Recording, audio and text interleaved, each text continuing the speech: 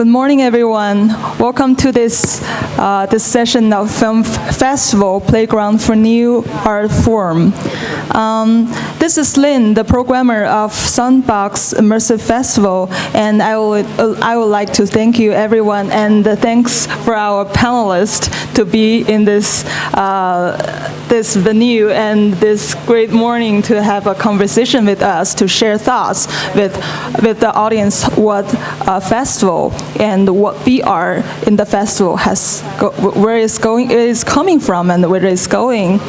And before that, I'll have a brief introduction of this topic. A film festival is always a portal to new worlds where artists and storytellers can express their avant-garde idea of art and life, and the audience can get a first glimpse into world's most talented works. When a new medium or art form emerges, festival plays as a node in promoting creators and their works, as well as connecting the art world with the business world. Since Noni de la Peña's work debuted at Sundance in 2012, it opens a brand new realm for people who create using immersive media. And in 2017, Venice set up the world's first VR competition among the major film festivals, and the Asian film festivals are also part of it. As film festival programmers, how does everyone see the journey that AR/VR has been through over the last few years as a medium, how it has evolved, and what directions it is going toward as a new art form? What role would festival play in this development of immersive media, and how festival can help creators to keep pushing boundaries and push this media forward? Here is our panelists, and I would like to have a brief introduction for them. From my side, Shari Frilot, programmer of Sundance Film Festival. Michel Reilhac, programmer of Venice Film Festival. And Jong Ming, guest programmer of Bifan Film Festival.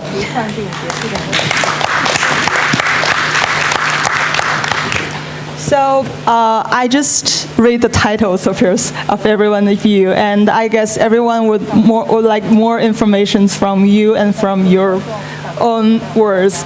So let's start from Shari. Do you want to share some personal experience and where it is? Yeah, so I just put a bunch of slides together. I'll probably go very fast just to introduce to you who I am and what I do, where I'm coming from. So as she said, I'm at the Sundance Film Festival. My job is I program films at the festival, and I also curate a showcase called New Frontier at Sundance. And New Frontier is something that came organically because at Sundance, what we're really interested in is we're following the artists, and that's basically what we do. And we're interested in how the artists are telling stories. So we're following the storytellers. And around 2005,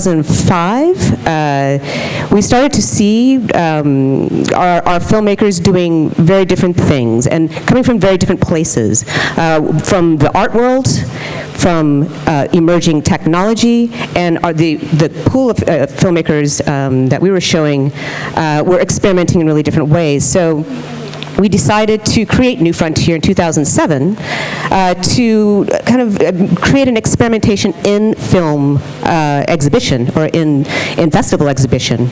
It kind of looks like this in the early days.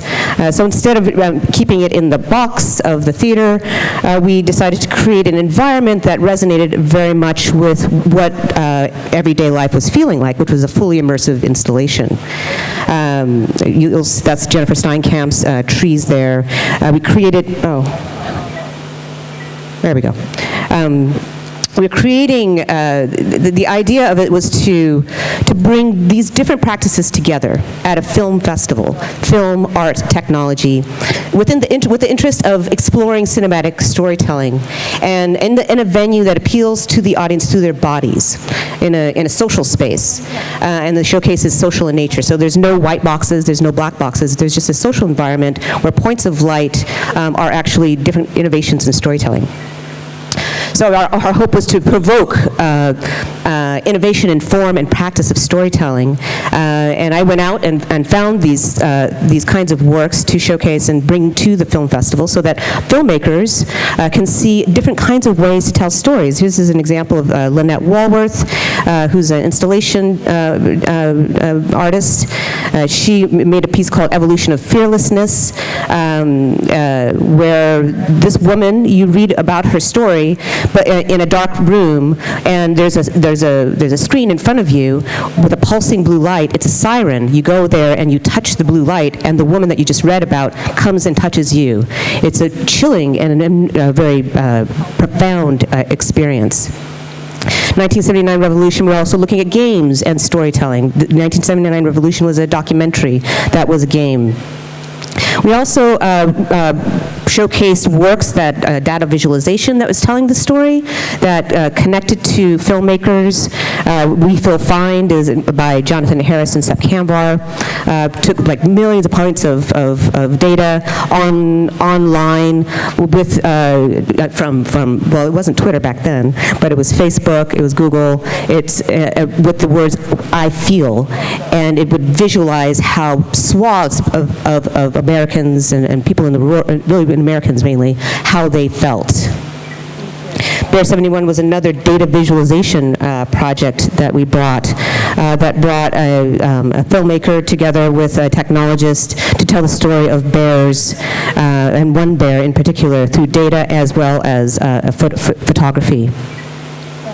So, chasing the artists and this terrain, looking for basically the overlap of practices, led me to Lunani de la Peña. She's a journalist, and I found her in Second Life. Really, she was making documentaries about Guantanamo Bay in Second Life, so I started following her. And she's like, "No, 2011." She was like, "Shari, you got to come to my studio. I want to show you something."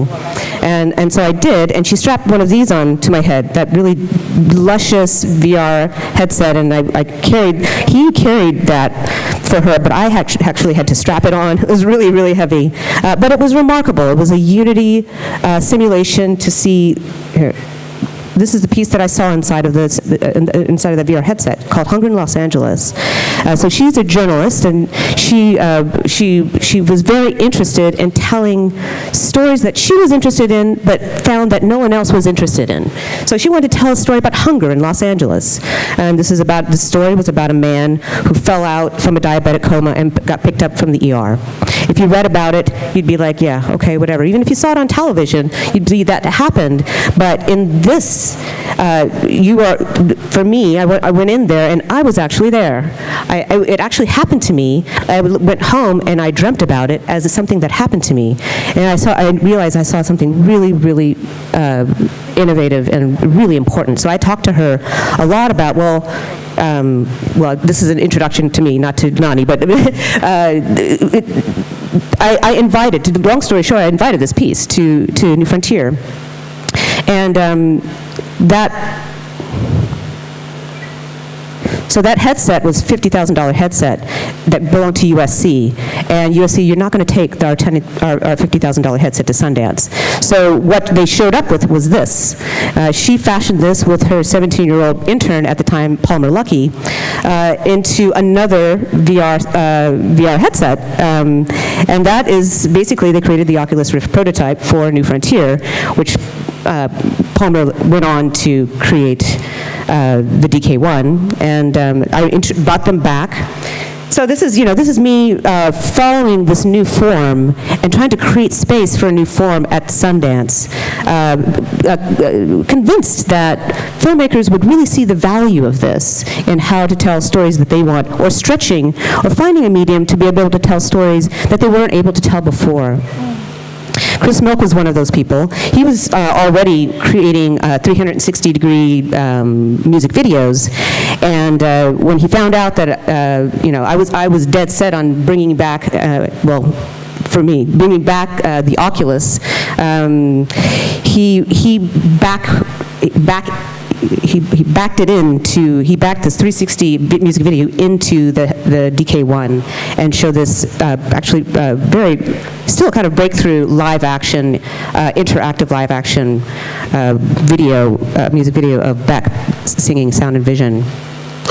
What we do in terms of creating the new art forms is pushing filmmakers who seem to be ready to maybe make the leap into technology. These two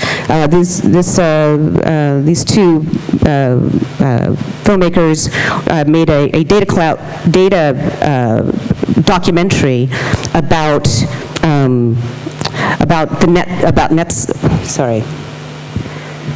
It's the lights that are freaking me out. So Jonathan Menard and James George, they made a documentary about,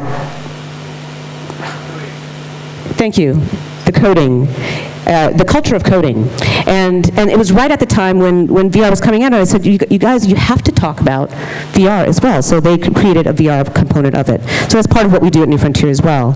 In 2015, we made a big leap. We generally create something that's very eclectic as a lineup, but in 2015, it seems like the VR was really it was just such a tsunami to come with us, coming at us, that we made a choice to make a curation of all VR, and Birdly was one of them. It's very interesting what Ted was saying about simulations, because Birdly continues to be one of the evergreen pieces of VR, which is basically a flight simulator. So that year we showed Herders, we showed Birdly, and we continued to push this idea, as a film festival, we generally make selections of things that are out there. But with New Frontier, we're an experiment. So sometimes we jump the line and make. This was an example of we did a commission.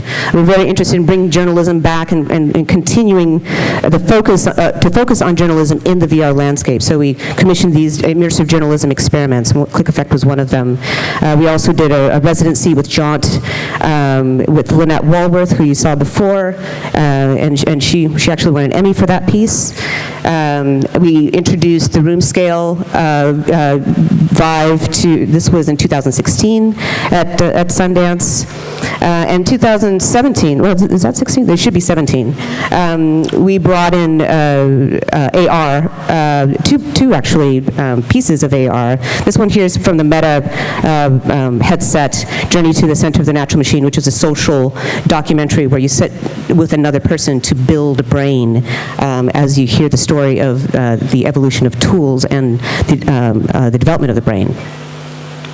Last year, we brought a couple of works that were VR, that's social VR, that is to say 4, 5, 6 people at a time jumping into the headsets and being able to play with each other inside the headset. We actually started that in 2016 with Immersive Explorers, which is now, those two artists have become a company called Dreamscape. And here's Lynette Walworth again. Sometimes you find these artists that are just really remarkable, and they provoke technology companies to actually produce new technology for them. And she created this mixed reality piece about she created a mixed reality. The light is really wrecking my. Well, this piece was thank you.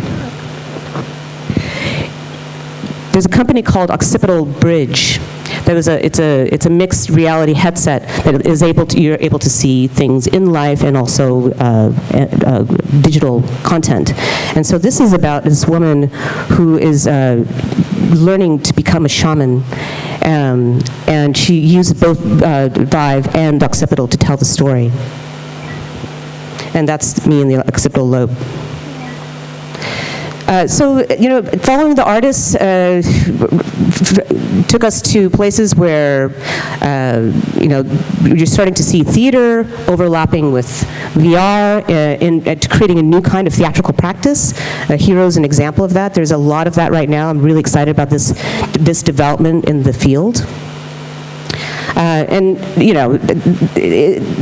a certain way, this experiment has now starting to bear on the marketplace. With the Spheres is the first VR that sold out of this experimental showcase for 7 figures, as well as Zicker.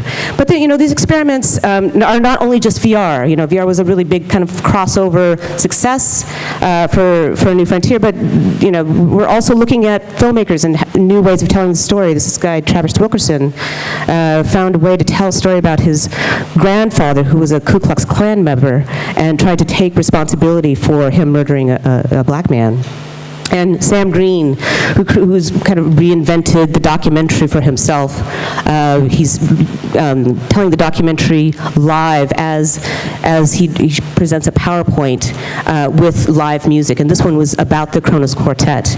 And this was just really an amazing piece about ephemerality that in the end, it was very hard to bring this to the festival, but in the end garnered all kinds of really amazing reviews. And several publications have said that it was one of the best things they've ever seen at Sundance ever.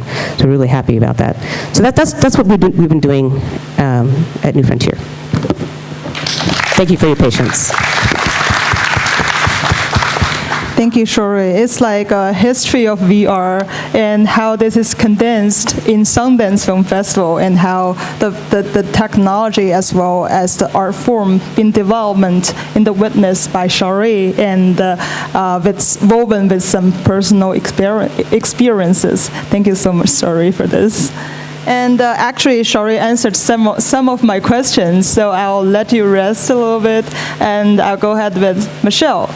And Michel, could you tell us how did you come to VR, and what drove you to experiment with this new art form? My first contact with VR was in 1992.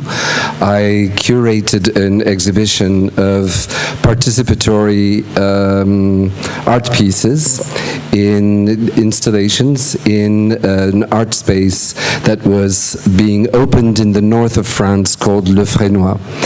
And I invited Matt Mullican. He is a visual artist from New York, and he was at the time experimenting with VR.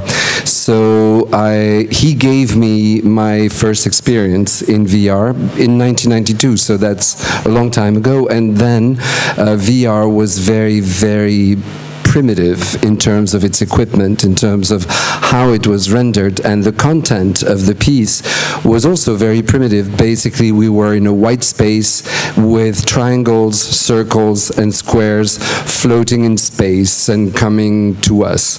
But as primitive as it was, I felt totally immersed, and I felt overwhelmed by how my brain was actually tricked into believing that I was in that space, in that abstract space.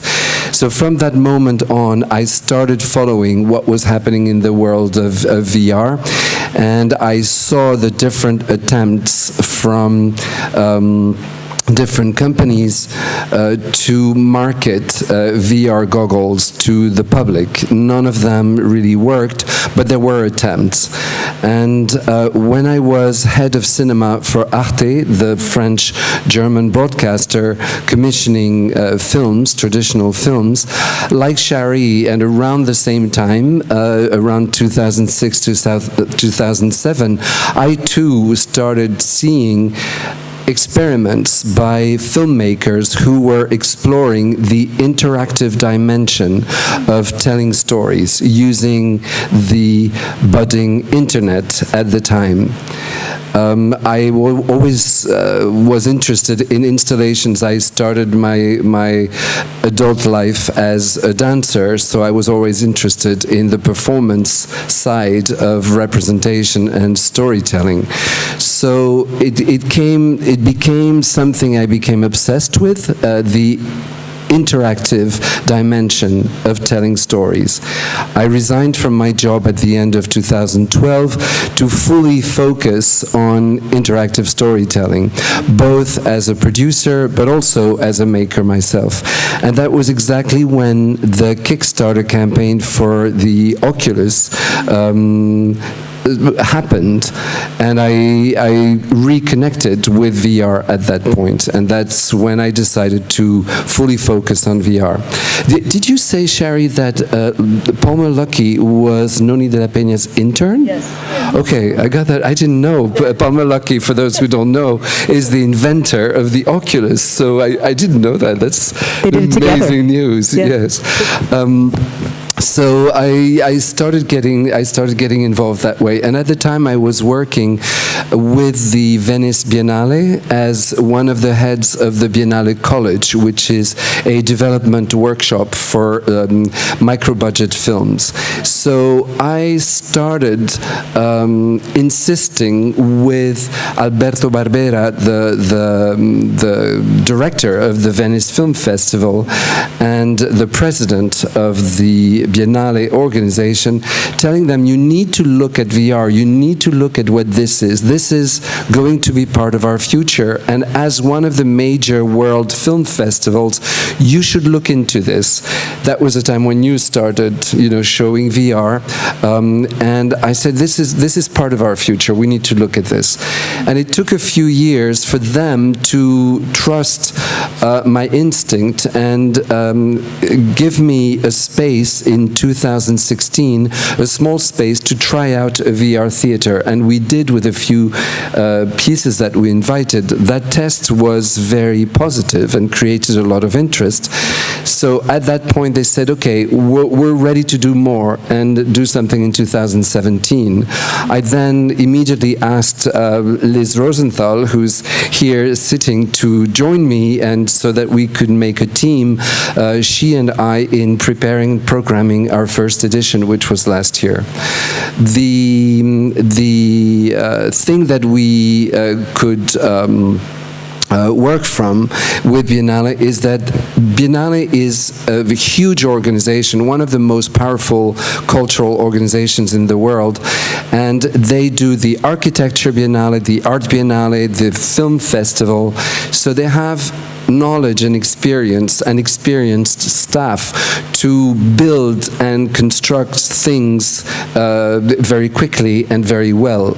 They gave us an island near the Lido, where the International Film Festival happens, where we could build a VR island. And what is special, I think, that we do in Venice is that we decided that it was time, extending from what is done at Sundance and at Tribeca, it was time to give VR a space and a mental space for the industry to look at VR as a full-fledged art form and no longer as experimenting grounds. So we went all the way with this and shaped it as an art biennale, meaning that we gave it space. Each piece has its own territory to be experienced. We're asking people to not talk, to not have any noise around, so that you can hear the sound of the pieces as best as possible.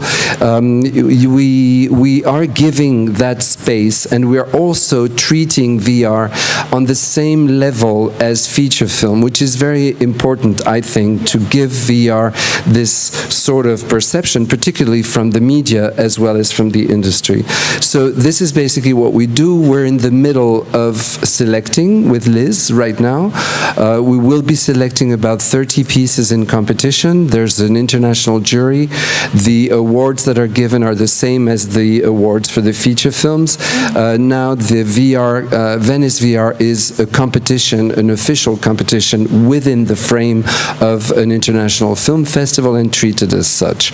We look at artists that are already established artists. Lynette is one of them, Gabo is one of them, but we do want to also look at emerging talent. We also, like at Sundance, Tribeca, we do want to look at other forms of immersive content. And we have we're lucky that we have the space and the ways to make it happen. So yeah, this is what we do in Venice. It's like for Venice, for VR filmmakers or VR creators, the importance is as opposed to the other major, like Berlin has the Europe film. Excuse me. Berlin have the Europe film market for VR, and Cannes have also the market. And because this is a media that seldom have we witnessed a media that emerge together with the development of the technology and also with a huge budget to like investment into this. So at the beginning, it could be put into or like fall into a market part, but for Venice, like it's creating a singular part or a singular space for this new art form, and it's kind of logistic and in a way which is very appreciated by all the all the VR creators and all, like making a bridge into the future and to where we are now. So let's moving from the Europe and the North America to Asia. And Kim, do you want to talk about where this BFUN Film Festival idea comes from and where you yourself come from to come to the media? Hi. Actually, I met VR 5 years ago. I think I'm kind of newbie compared with outstanding legendary people. Yeah. In the first time, I saw some experience by Google Cardboard. Yeah. So in that time, I was a little bit disappointed and kind of very dizzy.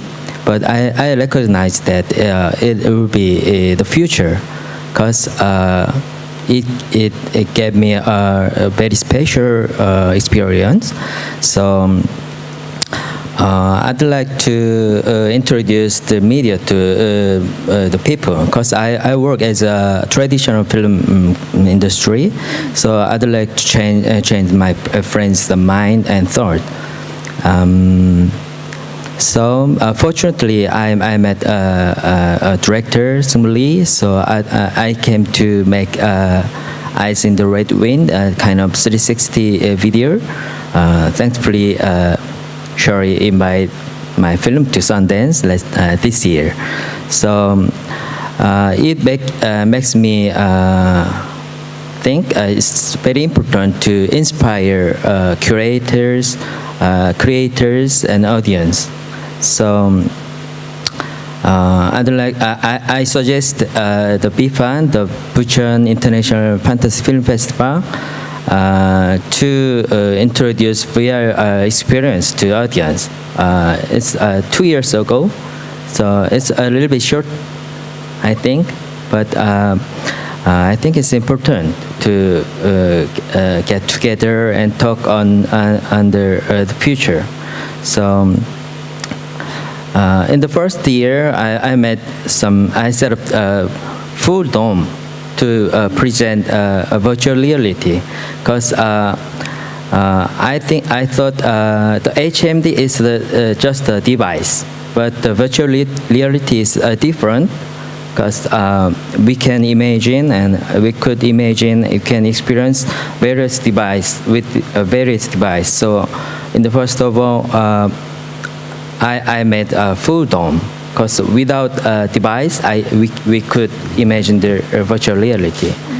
The last year, I focused on the simulators, because to deceive the the human sense, we need some device like a moving chair kind of things, because creators need to think on the various way to express the idea. So last year I introduced some fantastic stories with simulators. And this year, actually, Busan Film Festival will begin in 2 weeks. I'm very busy about that because I'm a little bit nervous. But this year I focused on the space. I think space can talk to people. So audience expect to experience very special experience. So we have to prepare the space for the audience because space can talk and people imagine and how the space would be in the HMD. So we focus on the space in this year. This is the very brief introduction for me. And as a producer, as a programmer, actually I have some session for the workshop in the school for the new media. So I'd like to translating in the future to the various field of the film industry. Yeah, that's it. Thank you. And sounds like you said for this year you're focused on space, like you're trying to, in a way, to curate the artworks, in a way to focus on the theme instead of just like submission and do a showcase. Yeah. So when we are touching on the space or the like curation, as a VR programmer, what is the difference? What do you feel the difference, or what challenges have you met? This is a question for every of us. Like, if you have anything to say, to complain, it's the time. No, I just want to pick up on what you just said. I do believe now that what makes VR, one of the things that makes VR so special and different, and not just a technological improvement from cinema, is the fact that as much as film is based on the manipulation of time, I believe that VR is based on the manipulation of space. I think we're just at the beginning of understanding the language of VR, which is space-based. We can include in VR everything we've learned about manipulating time. On top of that, we now have the possibility to offer to the viewer the experience of an equally manipulated experience and relationship with space. And we don't know yet how much of that we can do and how far we can go, the same way that cinema is a language that took a long time to invent. It's now a universal language. We understand that the time in a film can be cut in pieces. We can do flashback, we can do flash forward. We accept it and we understand it. It's a completely artificial language, but that has become universal. In VR, we are just at the beginning of understanding that we can do the same thing with space, and that will be the language of VR, or a big part of it, I think. Now that I've been exposed as a vampire, I can speak freely. Space, you can see the artists reaching for space. VR, as you said, it's just the beginning. And you can see it as other disciplines come to it. This intersection of theater and VR is really, truly remarkable in how they recreate the space with space and VR.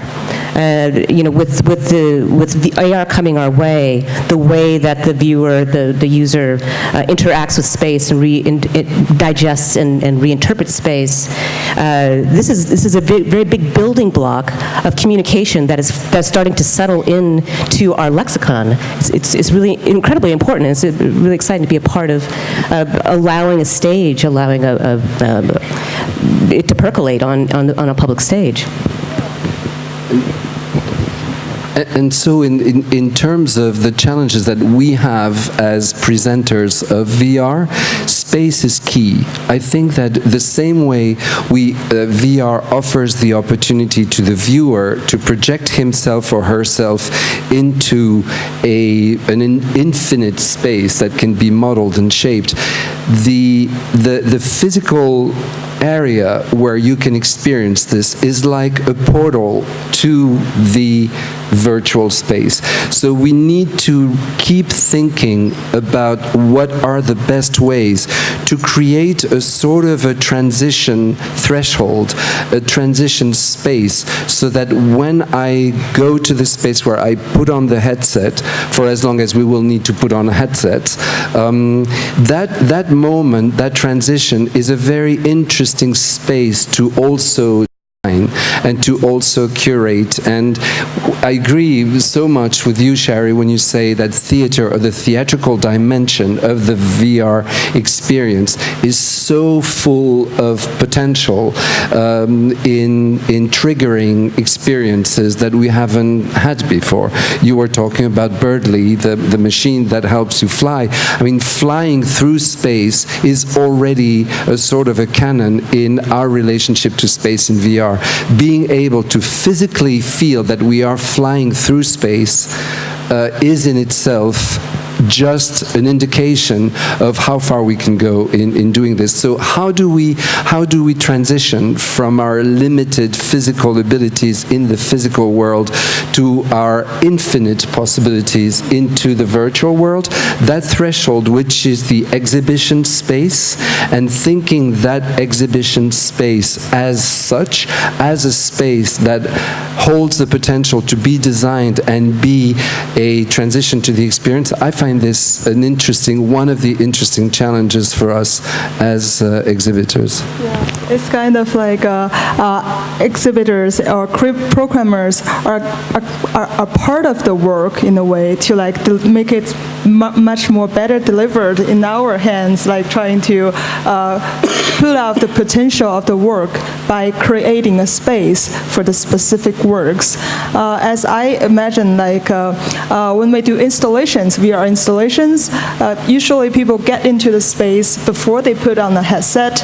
It's like prepare them, like mindly prepare them. And sometimes we focus on, but after they take off the headset, it's like give you an aftertaste and bring something back from the virtual reality and affect you in the reality.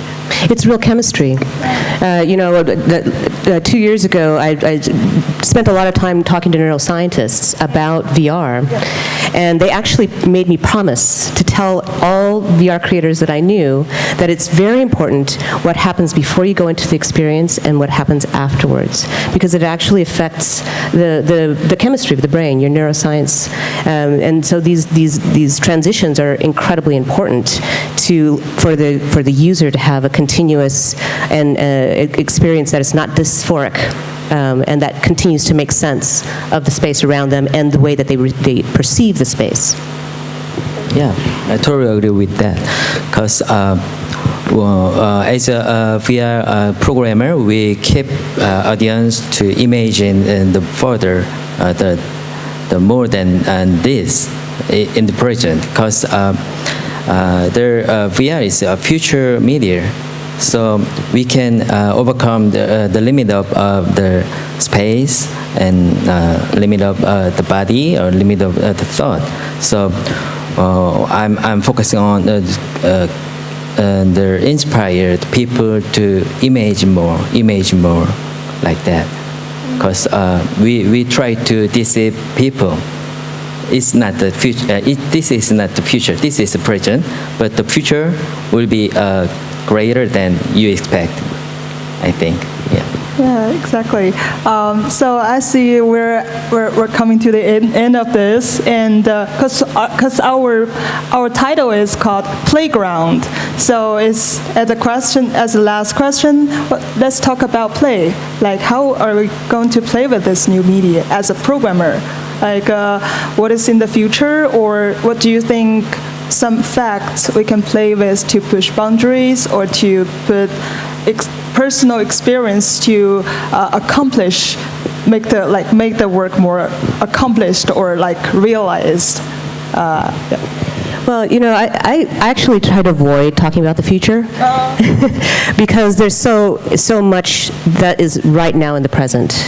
It's happening right in front of us. And the more you absorb, I find the more I absorb myself in the present gets bigger and bigger and swallows up the future and the past.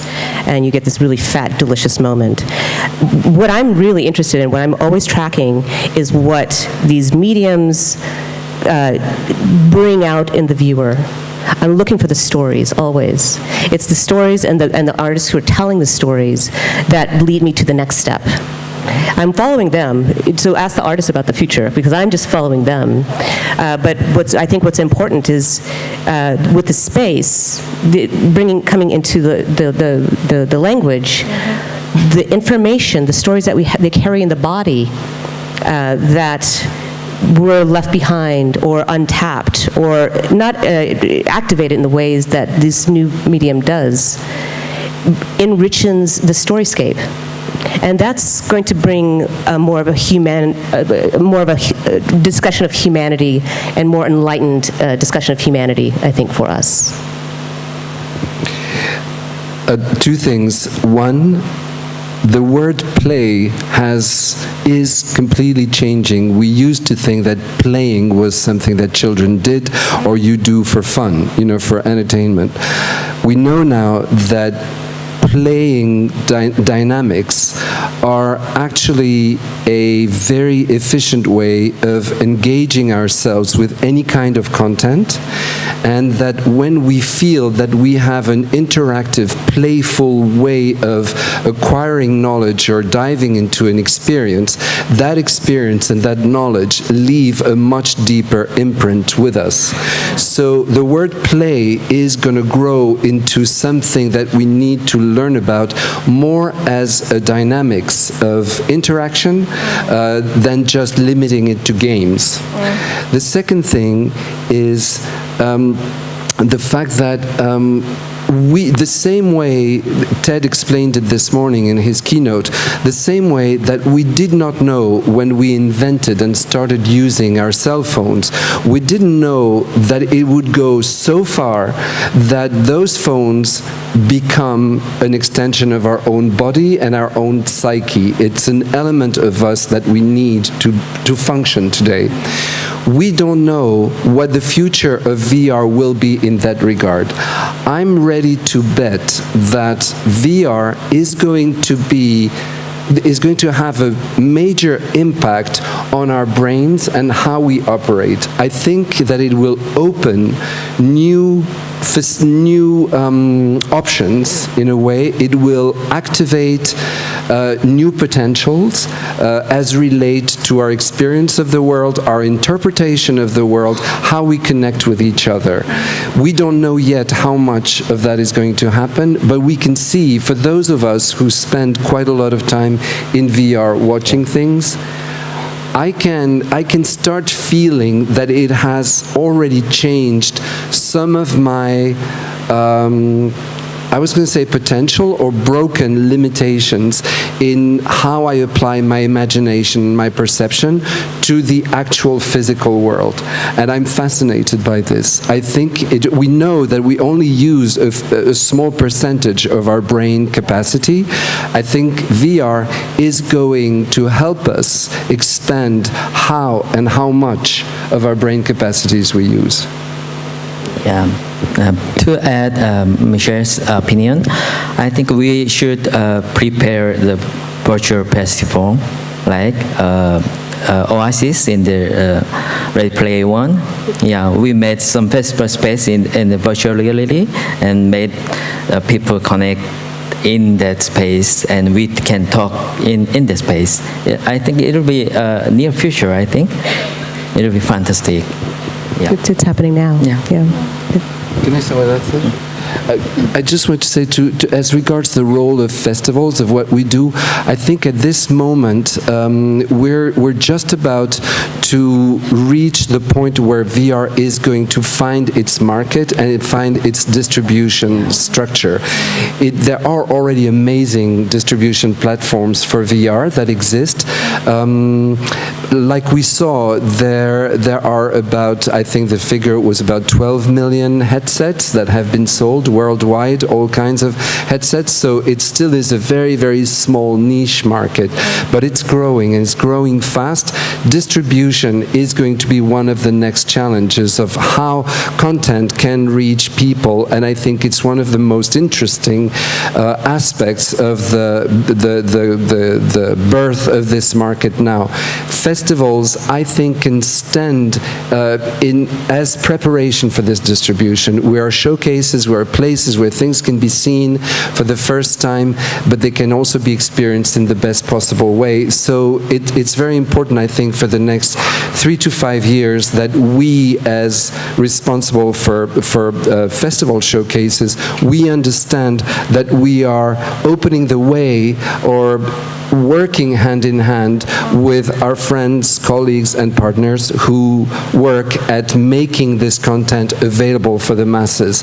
I love that aspect of our work, which is collaborating with those people that are already out there in the field doing an amazing job at distributing these films. I think it's a key element of what we do. Yeah, exactly. It's like we're explorers, and we're bringing into more explorers into this unexplored world.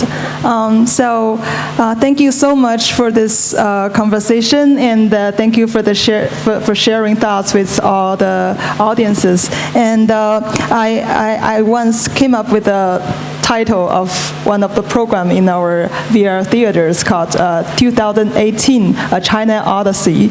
So for today, we just it's just a start, and we'll keep exploring. Okay, thank you very much.